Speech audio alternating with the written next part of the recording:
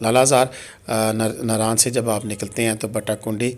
کنڈی سے پہلے he left side پر اوپر لالہ زار کا یہ خوبصورت میدان واقع ہے، اور یہاں پر آبادی کے بھی آثار ملتے ہیں، یعنی کہ مقامی آبادی بھی موجود ہے، اور یہاں سے اٹھنے والا دھواں یہ بتاتا ہے کہ مقامی آبادی ابھی تک یہاں موجود ہے۔ یہاں کی مشہور فصل مٹر اور اسی طرح آلو اور دیگر سبزیاں ہیں، جو کہ لوگ اب بیچ کر اپنا سال کا جو زر مبادلہ وہ اکٹھا کر چکے ہیں۔ آپ کہیں گے سال کا زر مبادلہ؟ جی ہاں، یہ لوگ 4 سے 5 ماہ کے لیے یہاں پہ آتے ہیں، باقی عرصہ یہ نیچے گرم علاقوں میں یعنی کہ بالا کوٹ اور ملک کا راولپنڈی تک کے لوگ نقل مکانی کر جاتے ہیں، اور صرف اس موسم میں آتے ہیں، یہاں پر اپنی زمینیں اس میں یہ مٹر اور آلو کاشت کرتے ہیں، اور کرنے کے بعد پھر یہیں پہ سے اس فصل کو بیچ کر ان کا واپسی کا سفر شروع ہو جاتا ہے۔ باقی ماندہ مہینے مزدوری کر کر یا پھر اگر اچھی فصل ہو جائے تو انہی پیسوں پر گزارا کرتے ہیں۔ یہ اس وقت آپ ایک واٹر فال دیکھ رہی ہیں، جی ہاں، یہ سونی آبشار ہے، اور اس کے مناظر اس وقت یہ ہیں۔ کچھ ہی دنوں کے بعد یہاں سے یہ جمی ہوئی یعنی کہ برف بنی ہوئی یہ آبشار نظر آئے گی۔ اسی طرح آگے ہم چلتے ہیں، بٹا کنڈی سے آگے بڑوائی، اور بڑوائی سے دیگر جتنے علاقے ہیں اس وقت وہ انتہائی خوبصورت مناظر پیش کرتی ہیں۔ پہاڑیاں ان کی سفیدی مائل یعنی کہ ہلکی پھلکی برف سے ڈھکی ہوئی، ہلکی سفیدی کی چادر تنی ہوئی پہاڑیاں ہیں، جبکہ روڈ اس وقت بالکل سنسان ہے، ٹریفک نہ ہونے کے برابر ہے۔ اکا دکا گاڑیاں جو ببوسا ٹاپ سے ہوتی ہوئی ہنزا یا سکردو جا رہی ہوتی ہیں وہ آج کل کے دنوں میں اس روڈ پر سے گزرتی ہیں۔ زیادہ تر یہاں اس روڈ پہ جو واقعہ ریسٹورنٹ ہیں جیسے بسم اللہ ہوٹل اور دیگر ہوٹل تھے، اسی طرح بٹا کنڈی میں دیگر جو ہوٹل ہیں تو یہ سارے ہوٹل جو سے اس وقت تک بند ہو چکے ہیں۔ کوئی شاد و نادر کوئی ایک آدھا ہوٹل یا ریسٹورنٹ آپ کو اس روڈ کے اوپر کھلا ہوا ملے گا۔ تو آج کل کے دنوں میں بہتر تو یہی ہوگا کہ آپ ایک دن کا ٹور رکھیں، صبح صبح نکلیں، ناران سے نکلتے ہوئے ان خوبصورت نظاروں کو انجوائے کریں۔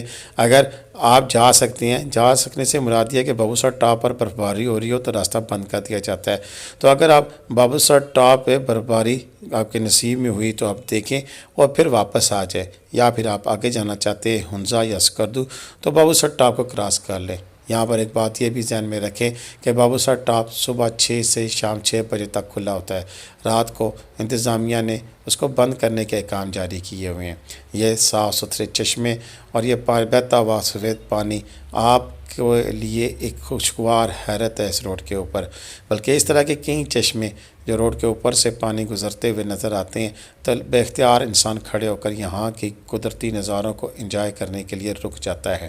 یہ بڑوائی کے پاس مقام ہے۔ اس کے بعد آگے بڑوائی ہمارے بہت ہی اچھے بھائی سردار افتخار صاحب کا وہاں پر ہوٹل بھی رہا، جو کہ بند کر کے اب واپس منصیرہ جا چکے ہیں، برائٹ سٹار۔ اسی طرح دیگر کافی ساری سہولیات بھی اب یہاں اس روڈ پر نہ ہونے کے برابر ہے۔ تو بہتر تو یہی ہے کہ اپنے ساتھ سلنڈر رکھیں اور راستے میں کہیں بیٹھ کر چائے بنائیں اور ان خوبصورت نظاروں کو انجوائے کریں۔ ہاں، یہ بھی بات قابل ذکر ہے کہ آنے والے دنوں میں جو ٹھنڈ لوگ برداشت نہیں کر سکتے وہ بالکل بھی مت آئیں، کیونکہ یہاں پھر آگے مزید ٹھنڈ میں جب اضافہ ہوتا جائے گا تو پھر دل گردے کا کام ہے یہاں گاڑی سے باہر نکل کر ان خوبصورت نظاروں کو ایک ہوا کے ساتھ دیکھنا۔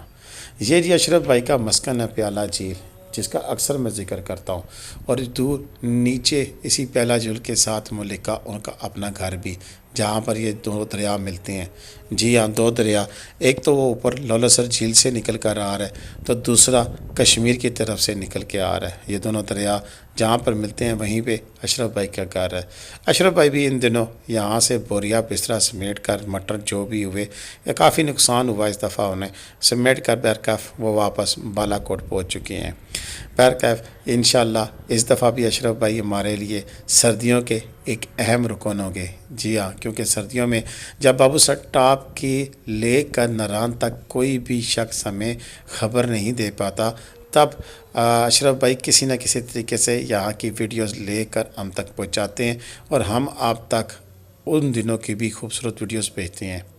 چلیں جی، بابر بھائی چلتے چلتے لولو سر جھیل پہنچ گئے ہیں۔ یہاں بھی وہ کوشش کر رہے ہیں کہ پہاڑوں پر پڑی ہوئی برف ہمیں دکھا دیں، تو جی بھائی جی پتہ ہے ہمیں کہ ہلکی پھلکی برف ہے، پہاڑوں کی چوٹیاں سفیدی مائل ہیں، لیکن یہاں پر پانی کی رنگت اور پانی کا سکوت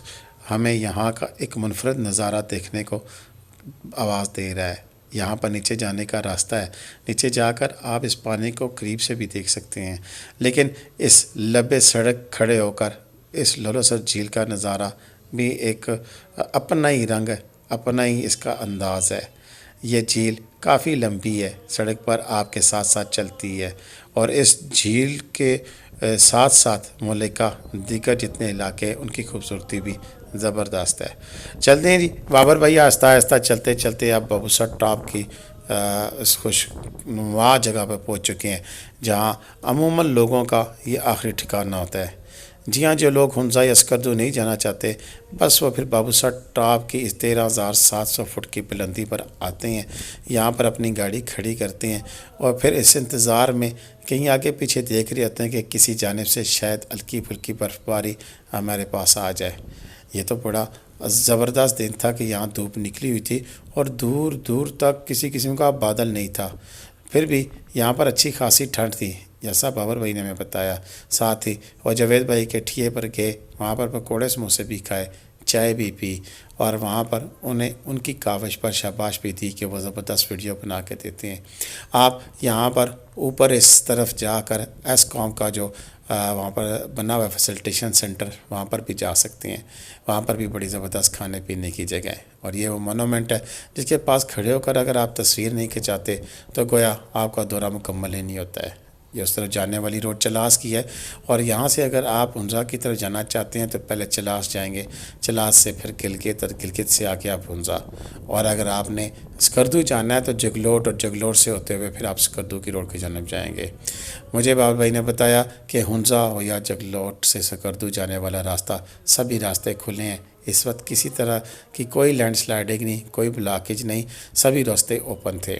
بہرکیف بابو سر ٹاپ پر بے رونقی سے دیکھنے میں آئی، ٹورسٹ بہت کم تعداد میں تھے، وگرنہ اس وقت جس وقت یہ ویڈیو بنا رہے ہیں عام دنوں میں اچھا خاصا رش دیکھنے کو ملتا ہے، مختلف قسم کے ٹور، انڈیویجولز، ہر قسم کے لوگ یہاں پر آئے ہوتے ہیں، زپ لائن سے انجوائے کر رہے ہوتے ہیں، اور یہاں کے موسم سے لطف اندوز ہو کر پھر اپنی اگلی منزل کا تعین کرتے ہیں کہ انہوں نے کہاں جانا ہوتا ہے۔ یہ آج کا ویلاگ بابر صاحب نے ہمیں بیچا، بہت شکریہ کہ آپ نے اپنا سیاحتی دورہ اور اس میں سے کچھ وقت نکال کر ہمارے لیے جو سین فلمائے ہیں، ہم آپ کا شکر گزار ہیں۔ آئندہ بھی جو دوست ہمارا ان علاقوں میں جائے تو میرا واٹس ایپ کا نمبر اسکرین پر موجود ہے، ہمیں میسج کرے، ہمیں بتائے کہ وہ جا رہے ہیں، ہم انہیں بتائیں گے کہ کیسے ویڈیو بنانی ہے اور پھر کیسے ہمیں بھیجنی ہے، ہم ان کے نام سے ویلاگ اپنے چینل پر اپلوڈ کریں گے۔ اس سے نئے آنے والوں کو وہاں کی کنڈیشن کا اندازہ ہوگا، اور ساتھ ساتھ آپ کا ٹور کی جو میموری ہے وہ بھی پرماننٹلی سیف ہو سکے گی۔ جب بھی آپ کا دل چاہ آپ اپنا یہ ویلاگ بنا ہوا خود ہی یوٹیوب پر دیکھ سکیں گے۔ آج کی ویڈیو میری اتنی تھی، اب میں آپ سے اجازت چاہوں گا۔ پاکستان زندہ باد، پاکستان پائندہ باد، جیتے رہیں، خوش رہیں، آباد رہیں، اپنی دعاؤں میں مجھے یاد رکھیے گا، کمنٹ کرنا، لائک کرنا، شیئر کرنا مت بھولیے گا۔ خدا حافظ۔